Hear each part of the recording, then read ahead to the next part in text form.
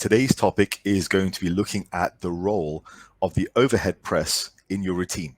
It's a question which has come up as some people have questioned the validity of doing overhead pressing in a routine.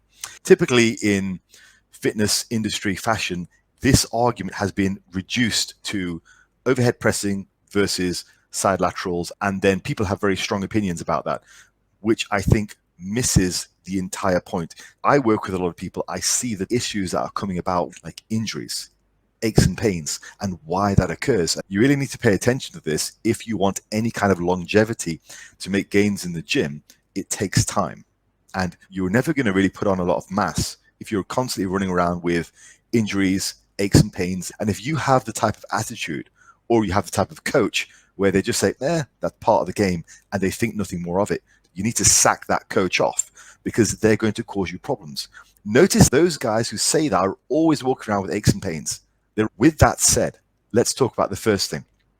I think in the discussion around overhead pressing versus not, you have to bear in mind that overhead pressing adds in a lot of secondary work to other areas. Now, the common one is front delts. Okay, that's been played out. It's a fair point.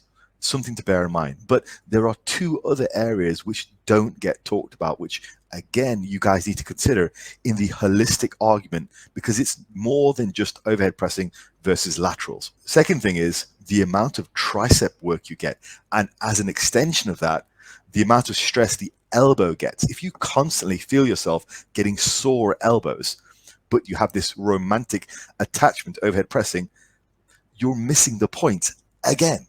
If you have the type of coach, or if you listen to the type of influencer who boils these discussions down to just overhead pressing versus laterals, unsubscribe from them.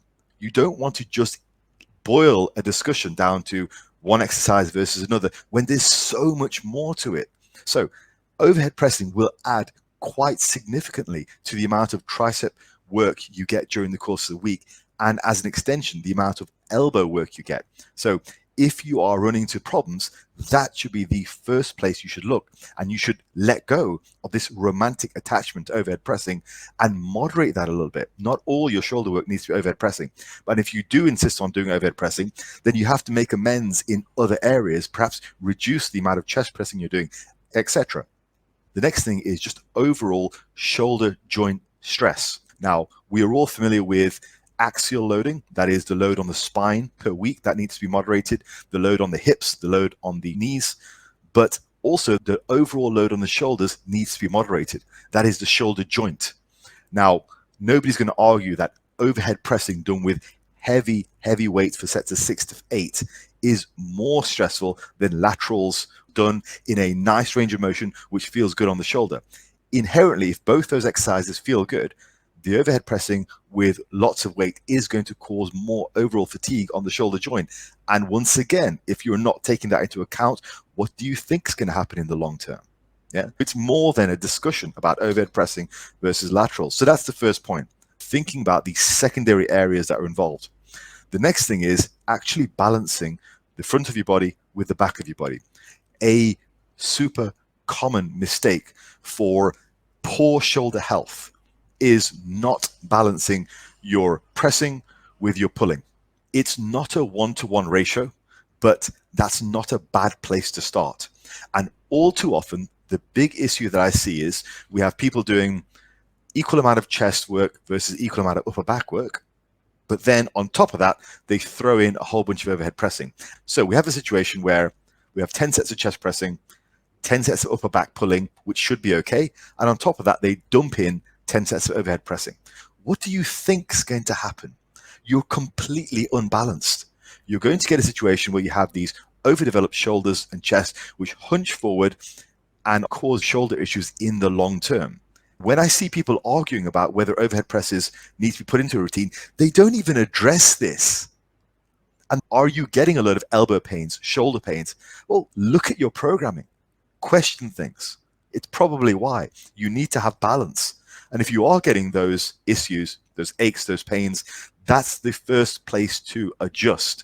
Start to take out some of the stress systematically where you need to. It's a case of not having this romantic attachment with certain exercises. If you're not at least paying attention to the amount of overall chest and shoulder work versus overall upper back work you're doing, you're a fool. Because in the long term, that's more than likely going to lead to problems. The final three factors to discuss in this conversation, we'll start with goals. For most people who work with me, their goal is just to get jacked, is to look like they work out, to get nasty muscle, not necessarily to have a strong overhead press. They think they want a strong overhead press because they have been led to believe that is the only route towards getting to where they want to go, when actually what they're mostly interested in is just getting yoked. If that's the case, you have to ensure you are creating balance in your routine. The next factor is prior injuries or limitations. If you already have sore shoulders, but you are stuck on this romantic notion of having to do the overhead press, you may want to switch things out. There are no must-do exercises, which has become such a cliche because a coach will say there are no must-do exercises and then insist you have to overhead press for big delts. What? It's hypocritical. All that's doing is it's harming clients, it's harming viewers. So avoid that. Respond to pain, respond to it intelligently.